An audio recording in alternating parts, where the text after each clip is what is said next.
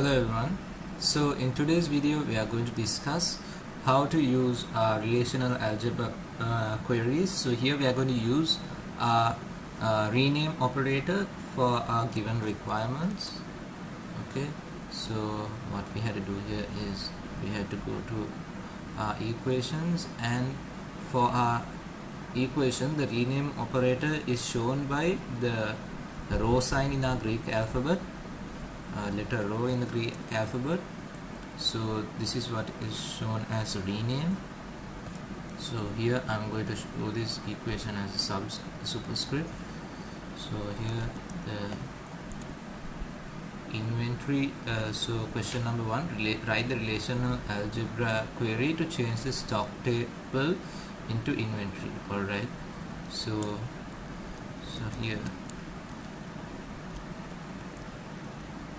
inventory is what we are going to change it to, and the name of it is stock.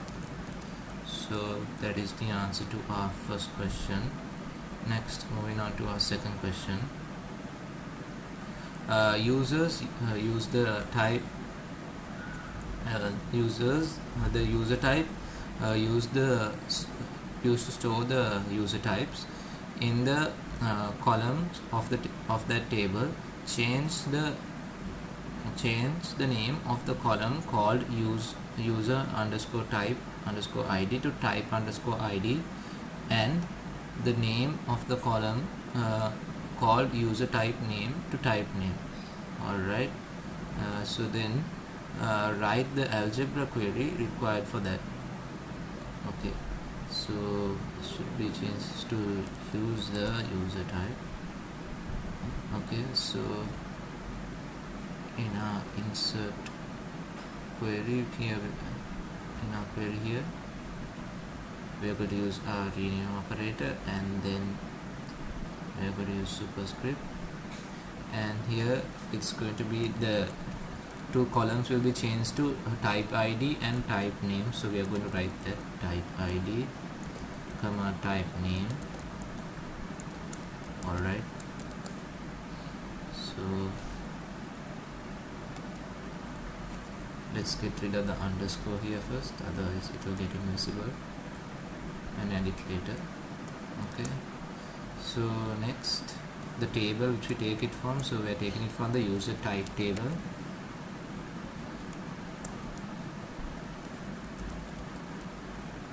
Okay, user type.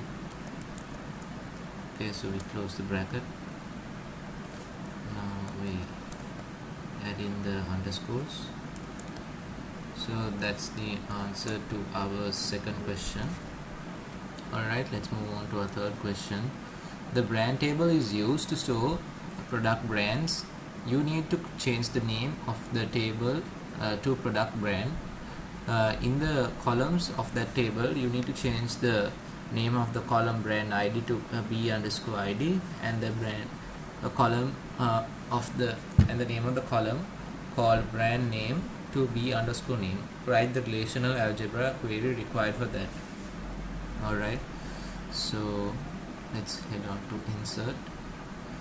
So here we are going to use our rename operation letter here, which is row, and what we are changing is from the product brand table. So this is the table which we are taking into account, product brand. Alright, so here we are going to use a superscript. So the two columns which are going to be changed are brand name and brand id and brand name to b underscore id and b underscore name. Alright, okay, so this will all, so the product brand table will then be changed to the brand table. Okay, so here I'm going to write the underscore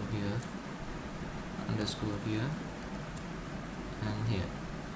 So that's the answer to our third question. Let's move on to our final question.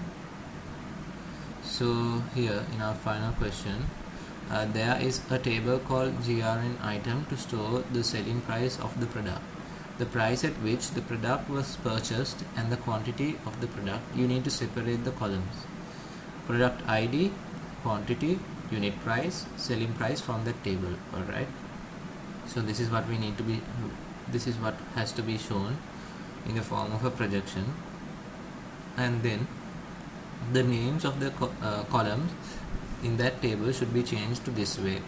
So the columns of the column called product ID needs to be P underscore ID.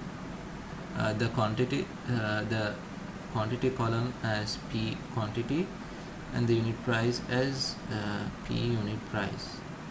Okay, and the selling price as P underscore selling price. Write the relational algebra query for that.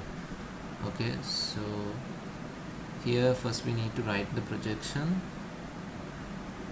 So let's head on to our equations, and here we are going to use a projection symbol here, which is pi. Alright, so here we are going to select the product ID. So let's just keep it like this: quantity, unit price,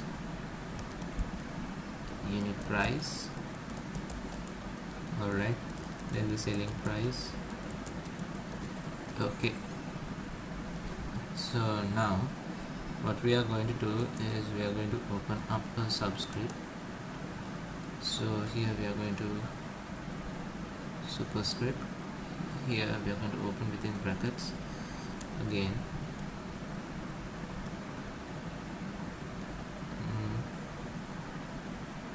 So the operator row, which is our rename operator.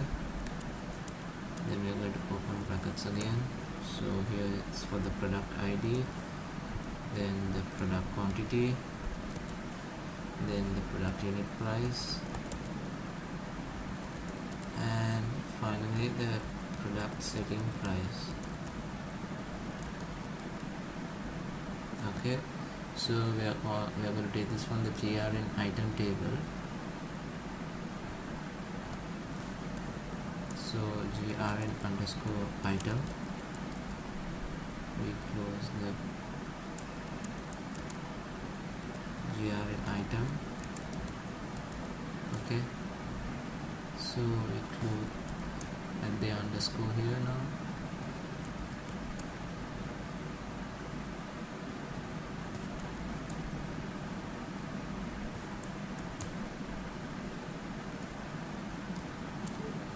And I think we need to close it with another bracket, so put this bracket here. Alright, so product quantity, product ID,